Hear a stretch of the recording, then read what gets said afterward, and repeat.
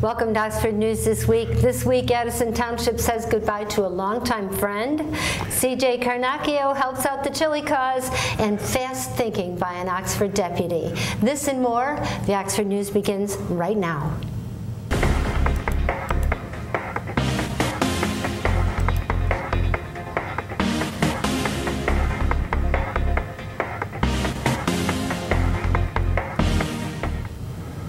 Excellent work this week by Deputy Mendez. This week for his quick action at a crash scene where a tractor-trailer semi ran straight into an insurance building on M24. Without regard for his own safety, Deputy Mendez entered the severely damaged building and pulled out the driver, a 40-year-old Lincoln Park man who was described as incoherent.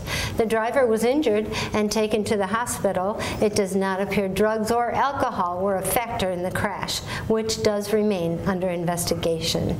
Mendez came to Oxford, Oakland County Sheriff's Substation in 2019 with experience as a Genesee County Sheriff prior to coming to Oxford. Well done, Deputy Mendez.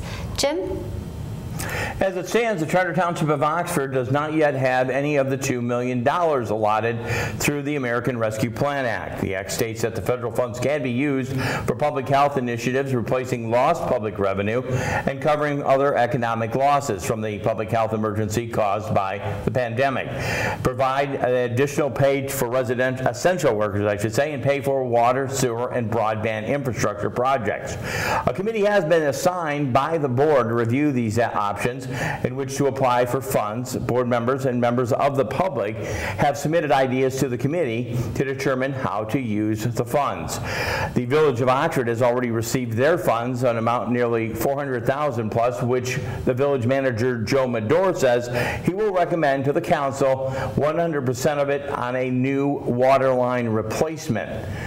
Addison Township is still waiting their funds, which is expected to be in the neighborhood of $650,000. Based on the data from the U.S. Treasury, the board has not yet decided on how to spend that. Leonard has been estimated to receive $42,000 in that same opportunity. Terry? A 2008 Oxford graduate, Petty Officer Second Class Kevin Frysmuth, is serving on one of the world's most advanced nuclear-powered submarines.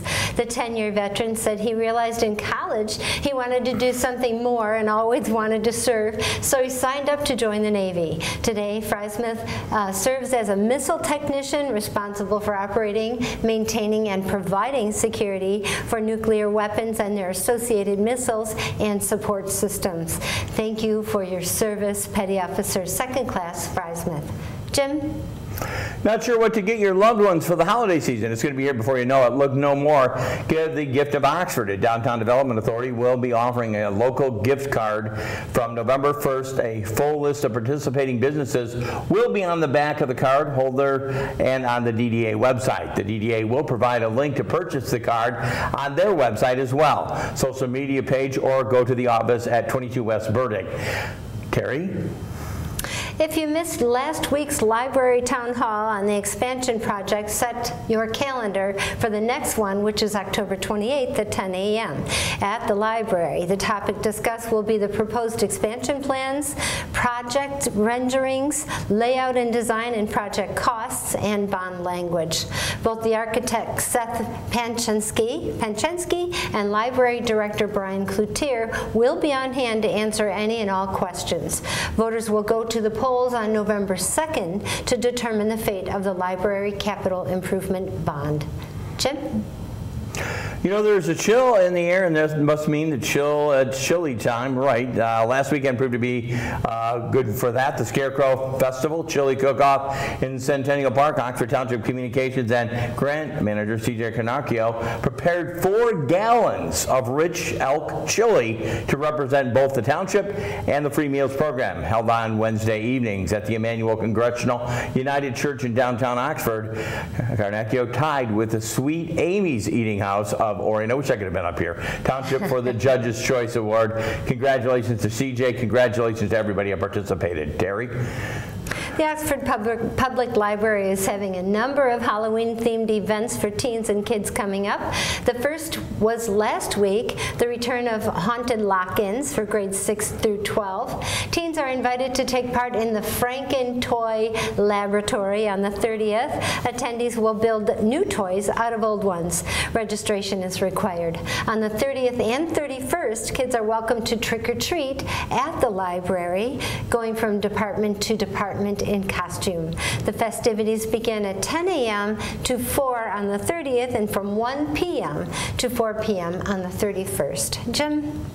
In the name of a local historian and author, Barbara Stafford, who passed away this past March, the Addison Township Public Library planted a lily in her honor. The lily was donated by the local gardener Brian Howarth, who had the cultivar registered with the American Lily Society and named it after Barbara. Barbara spent most of her life in Leonard, and in 1976 she co-authored an early Addison Township history bicentennial book as a follow-up.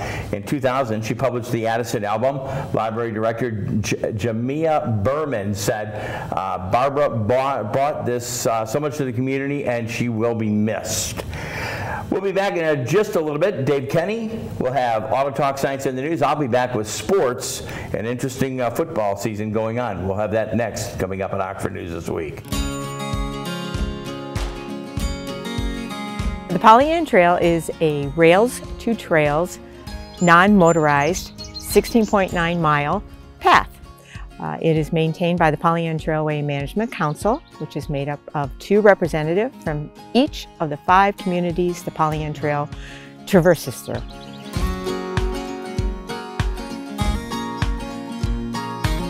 The trail was part of the P&O Railroad for many years. It was decommissioned and turned over to the state of Michigan, the DNR. The DNR at that time was taking over a lot of these abandoned railroads and starting to make them into rails to trails. In the summertime, we have just a huge amount of runners, cyclists, dog walkers, walkers.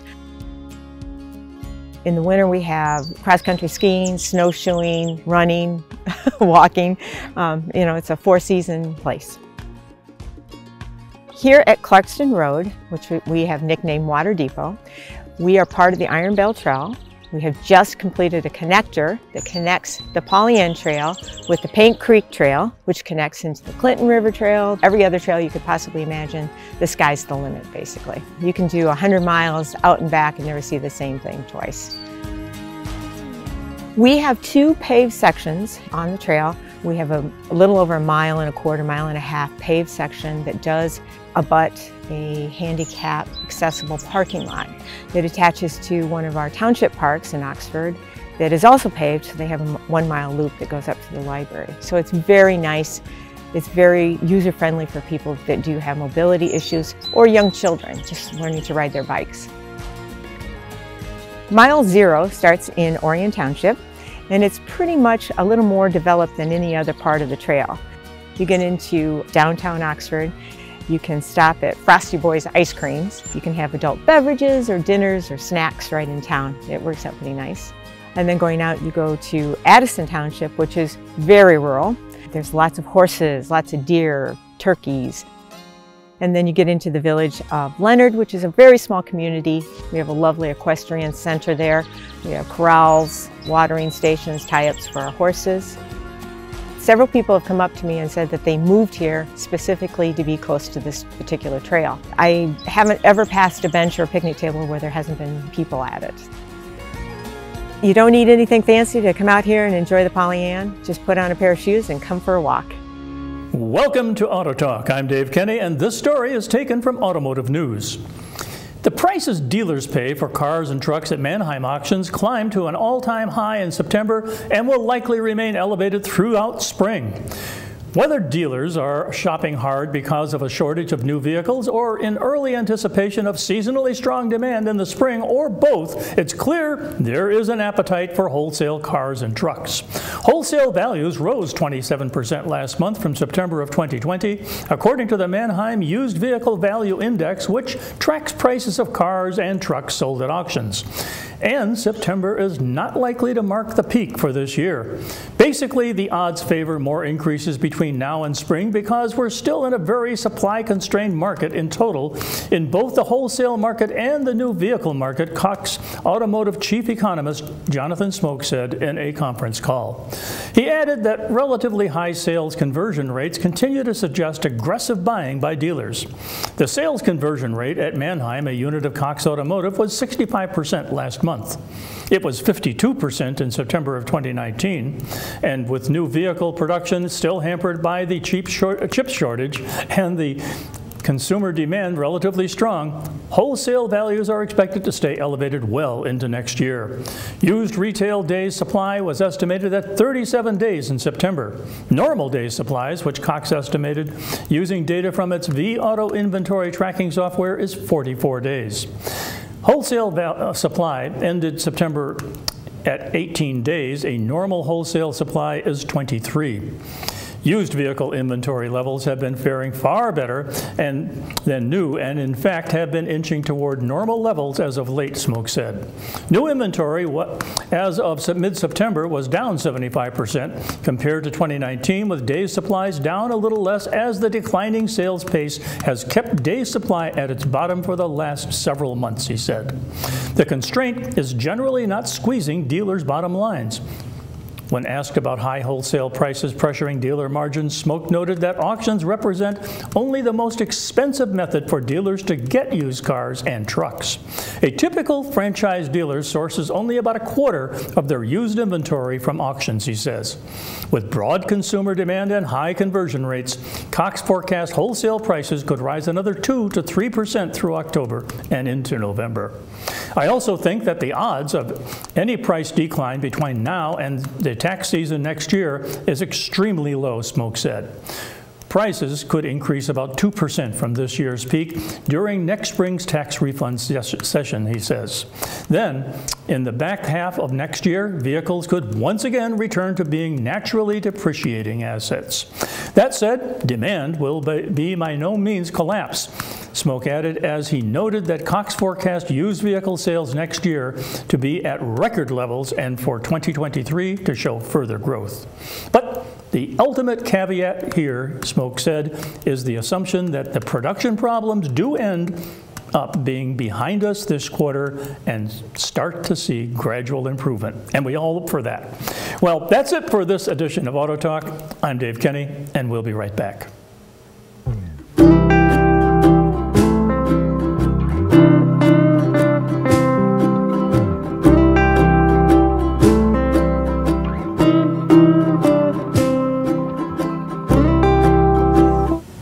Welcome back to Oxford News this week. Time for Oxford Sports.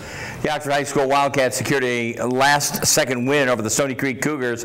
On Friday, October 8th, Stony Creek scored in the first quarter, and Brady Carpenter evening things out on the next drive. Stony came back to score early in the second and then followed up with another early in the third, making the game 20-7. Sal Vaccaro completed the completed the pass from Carpenter on Oxford's first drive on the third quarter, gave Jay Cady a kick as it was blocked.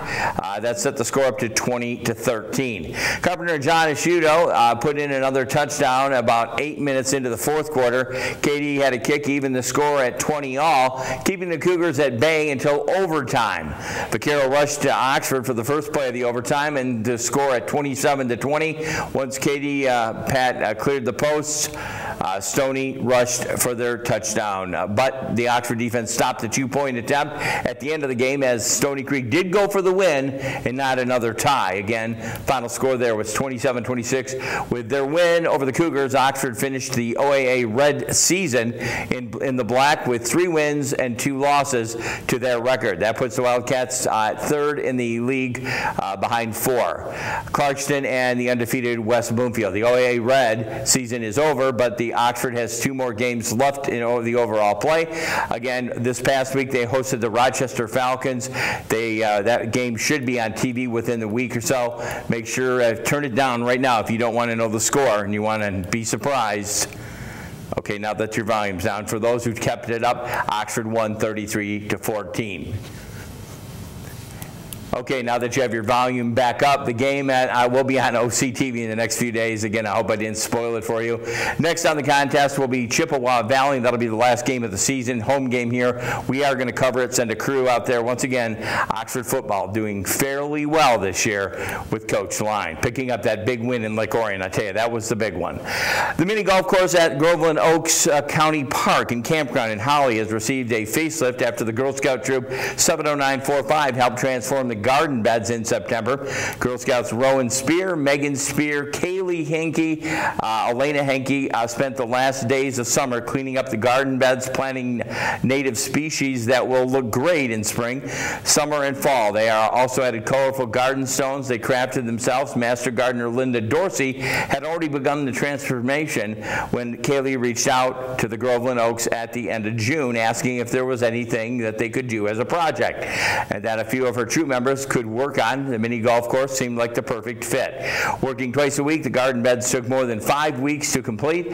The project helped the troop members earn the Girl Scout Silver Award and highest honor for cadets, which is for the girls in the 6th and 8th grades. The Silver Award is presented to those who identified a problem and cared about it to take action and tackle the challenge. 50 work hours was needed to earn that award. Congratulations to the girls, and I'm sure the golf course looks great.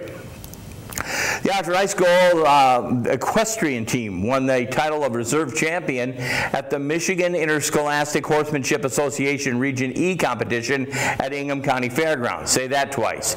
They were honored at the football game this past weekend. They had an honorable mention. October 1st and 3rd, the winning second place qualifies these riders to compete in various horseback events alongside some 40 teams from across the state in the state championship that will take place in Midland. The county fairgrounds on October 14th and 17th would be the place. We will have the results prior to the regionals. The team won first place at the district. Second championship, the team earned reserve state champion in 2018 after winning back-to-back state championships in 2016 and 2017. Once again, we'll keep you advised on any type of movement forward on their competition. Again, congratulating them so far, the equestrian team. That's going to wrap it in sports. We'll be back with more. Dave Kenny, I believe, is up next. I'll be seeing you next time on OCTV Sports. Welcome to Science in the News. I'm Dave Kenny, and this story is taken from New Scientist. NASA's latest mission to study the Trojan asteroids was launched on October 16th from Cape Canaveral, Florida, aboard an Atlas V rocket. The Lucy spacecraft will be the first to study these asteroids up close, giving us a window into the formation of our solar system. The Trojan asteroids circle the sun in two swarms that share Jupiter's orbit like a police escort for the planet, one moving ahead of Jupiter and the other just behind it. They are some of the most pristine relics from the early solar system, thought to be leftovers from the process that formed the outer planets.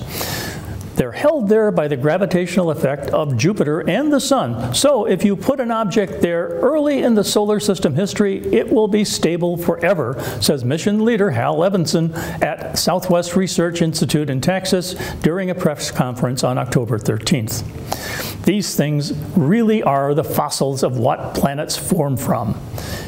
Despite their importance, the asteroids' strange orbits mean that we have never studied them up close. To get there, Lucy will have to follow a complex trajectory over the course of 12 years. First, it will make 2 flybys of Earth to build up momentum, which will toss it towards the leading swarm of asteroids. On its way there, in 2025, it will fly past a non-Trojan asteroid named 52246 Donald Johanson, after the discovery of Lucy, a famous fossilized skeleton of a human ancestor for which the mission is named. Once the spacecraft reaches the leading swarm, it will examine 4 Trojan asteroids, one of which has its own moon. Finally, Lucy will swoop past Earth again and visit a pair of asteroids in the trailing swarm in 2033. After that, if all goes well, it will keep flying back and forth between the 2 clouds of Trojans every 6 years until the solar-powered spacecraft deteriorates. Lucy carries 3 main scientific instruments. One will measure the heat coming off the asteroids in an effort to figure out their surface properties, while another will examine the light bouncing off of them to learn what they are made of. The third instrument is a camera that will take detailed color images. Over the course of its journey, Lucy will visit all 3 main types of Trojans, which are defined by the color and reflectivity of their surfaces. The 3 different types may indicate different compositions or birthplaces of these asteroids, which could help us understand where in the solar system they formed and how they were tossed around as the giant planets migrated to their current locations. One of the really surprising things about the Trojans when we started to study them from the ground was how different they are from each other, said Leffison. If you want to understand what this population is telling us about how the planets formed, you need to understand that diversity, and that is what Lucy is intended to do many years from now. Well, that's it for Science in the News. I'm Dave Kenny.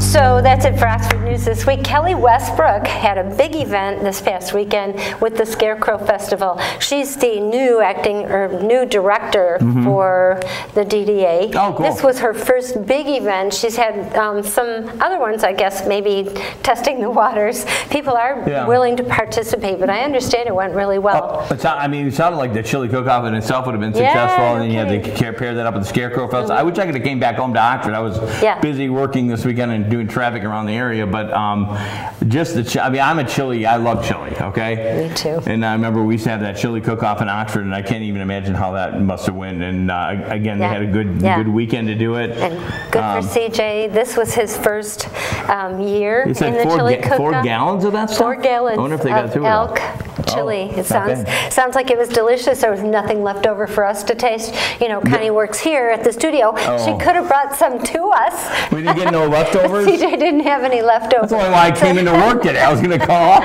I know, that elk chili sounded good. Anyhow, that's it for Oxford News this week. If you'd like to learn more about these stories and others, you can go to the Oxford Leader newspaper. You can go to the Charter Township of Oxford Facebook page. You can watch us on Charter Channel 191, AT&T Channel 99. You can go to our Facebook or YouTube page. You can go anywhere and catch us. Thanks. We do bring your news closer to home, and if not, we'll ride it right over and we'll read it to you right while you're eating at your breakfast table. Until next week on Oxford News This Week, for Dave Kenny, Terry Stiles, myself, and Alex in the back, who knows how to operate it when things are not working always well. Okay, thank you, Alex. Have a great week, everyone. Bye-bye.